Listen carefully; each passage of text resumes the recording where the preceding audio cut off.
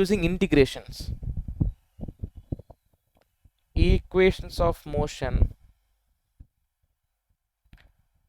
proofs by integration in maths. ఇది చాలా సింపుల్గా అయిపోతుంది చూడండి, రైట్. ఓకే, సో మనకి డెఫినేషన్ ప్రకారం వెలాసిటీ అంటే ఏంటి? Velocity is rate of change of displacement. That means velocity is equal to ds by dt. Velocity is equal ds by dt. And acceleration is rate of change of velocity, so dv by dt. Acceleration is dv by dt. Now consider equation 1. V is equal to ds by dt, cross multiplication. V dt is equal to ds. Okay, integrating on both sides, integrating on both sides, integrating on both sides. That means integral v dt is equal to integral ds. Integration అంటే మనకి ఏంటంటే meaning summing up. మనకి actual formulas కూడా ఉన్నాయి, అది రాస్తాను చూడండి. First of all మీకు ఒకవేళ ఫార్ములాస్ తెలియకుండా అంటే కంపల్సరీ ఫార్ములాస్ నేర్చుకోవాలి. ఆ ఫార్ములాస్ లింక్ నేను కింద డిస్క్రిప్షన్లో పెడతాను చూడండి, నేనే చెప్పాను ఒక వీడియోలో. సో ఇంటిగ్రేషన్ ఏంటంటే opposite of differentiation. So differentiation అంటే ఏంటంటే ఆ వాల్యూని తగ్గించడం, differentiating. Okay, integration summing up, summation, పెంచడం, వాల్యూని పెంచడం అనమాట. అంటే పార్ట్స్గా ఉన్న ఏరియాని మొత్తం సమేషన్ చేయడం ఏంటంటే ఇంటిగ్రేషన్. డిఫరెన్షియేషన్ ఏంటంటే హోల్గా ఉన్నదాన్ని చిన్న చిన్న దాన్ని చేయడం, స్ట్రిప్స్గా చేయడం డిఫరెన్షియేషన్ అనమాట, right. So integral of x power n dx basic formula. Integral of x power n dx అంటే x power n plus 1 by n plus 1. So అదేవిధంగా ఇంటెగ్రల్ ఆఫ్ x పవర్ 1 అనుకోండి, అప్పుడు ఏమవుతుంది నాకు? x పవర్ 1 ప్లస్ 1 అంటే 2 by 2, n బదులు 1 పెట్టా.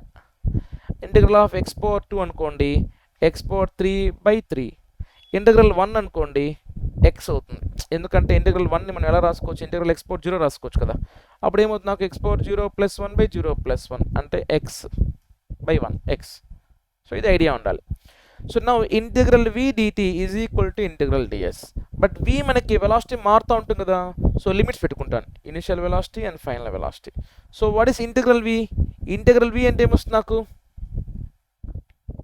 Okay, integral v dt with respect to టైంతో చేసినప్పుడు v కాన్స్టెంట్ కదా, సో అది పక్కన పెడతాం. ఓకే, v మనకేం మారట్లే ఇక్కడ.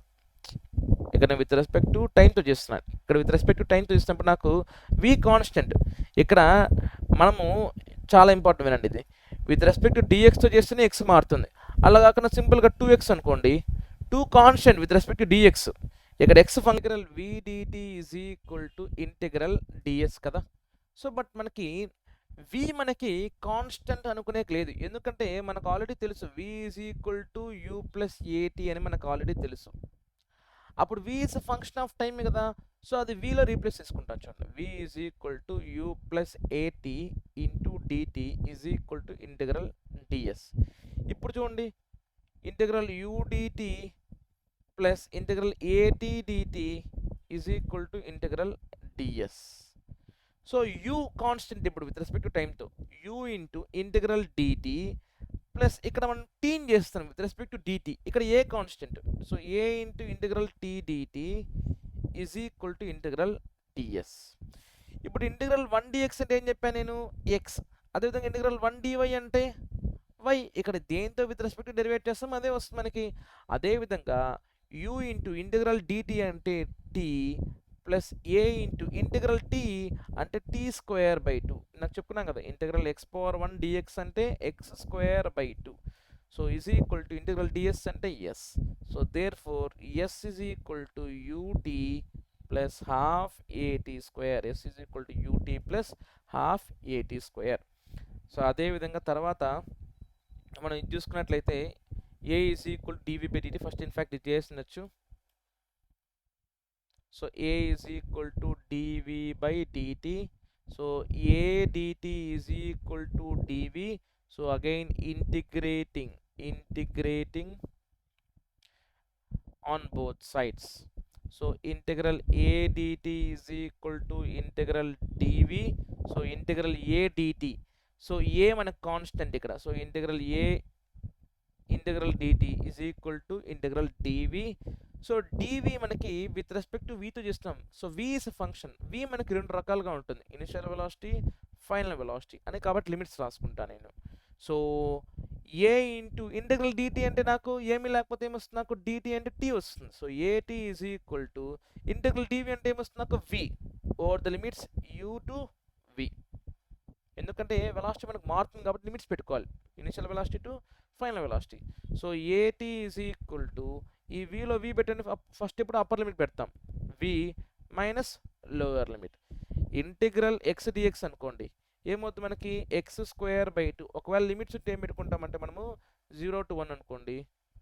So first upper limit minus lower limit, అంటే ఆ ఫంక్షన్ ఇంటిగ్రేట్ చేసి వచ్చే ఆన్సర్లో అప్పర్ లిమిట్ పెట్టి మైనస్ లోవర్ లిమిట్ పెడతాం. సో అదేవిధంగా v minus u, so a t is equal to v minus u, v is equal to u plus a t, v is equal to u plus a t. సరిపోయింది కదా equation 1. ఇక్కడ equation 2 వచ్చింది కదా. Okay, equation 1 వచ్చింది, equation 2 వచ్చింది. So తర్వాత మనము v square minus u square is equal to 2as prove చేయాలి. We have to prove v square minus u square is equal to 2as. అయితే ఆల్రెడీ మనకు తెలుసు a is equal to d v by d t and v is equal to d s by d t. అయితే రెండు ఫంక్షన్స్లో మనకు time ఉంది, but మనం derive చేసిన ఫార్ములాలో టైం లేదు. కాబట్టి ఏం చేస్తామంటే ఈ రెండింటిని మనము కన్వర్ట్ చేసుకొని టైంని ఎలిమినేట్ చేద్దాం. ఎలా అంటే చాలా సింపుల్ చూడండి. ఫస్ట్ ఇక్కడ టైంకి ఈక్వేషన్ రాయండి. A is equal to d v by d t అంటే డిటి ఏమవుతుంది నాకు డివి బై ఏ. ఈ డిటిని ఇక్కడ రీప్లేస్ చేసేయండి. So therefore v is equal to d s by d v by a. ఈ డిటి వాల్యూ కనుక్కున్నాం కదా ఇక్కడ డివి బై ఏ అనేసి అక్కడ రీప్లేస్ చేస్తే so v is equal to a into ds by dv. So we got v is equal to a into ds by dv. Cross multiply చేస్తే v dv is equal to a ds. Now integrating with respect to on both sides. Integrating v dv is equal to integral a ds. So v చేస్తే ఏమొస్తుంది నాకు with respect to dv తో చేస్తే v square by 2 over the limits u to v. ఎందుకు v కి limits ఉన్నాయి కదా u to v is equal to a constant ఇక్కడ integral ds. So that will become final velocity v square minus initial velocity u square by 2 is equal to a into integral ds అంటే yes. So v square minus u square is equal to 2as. That's it. That is the answer.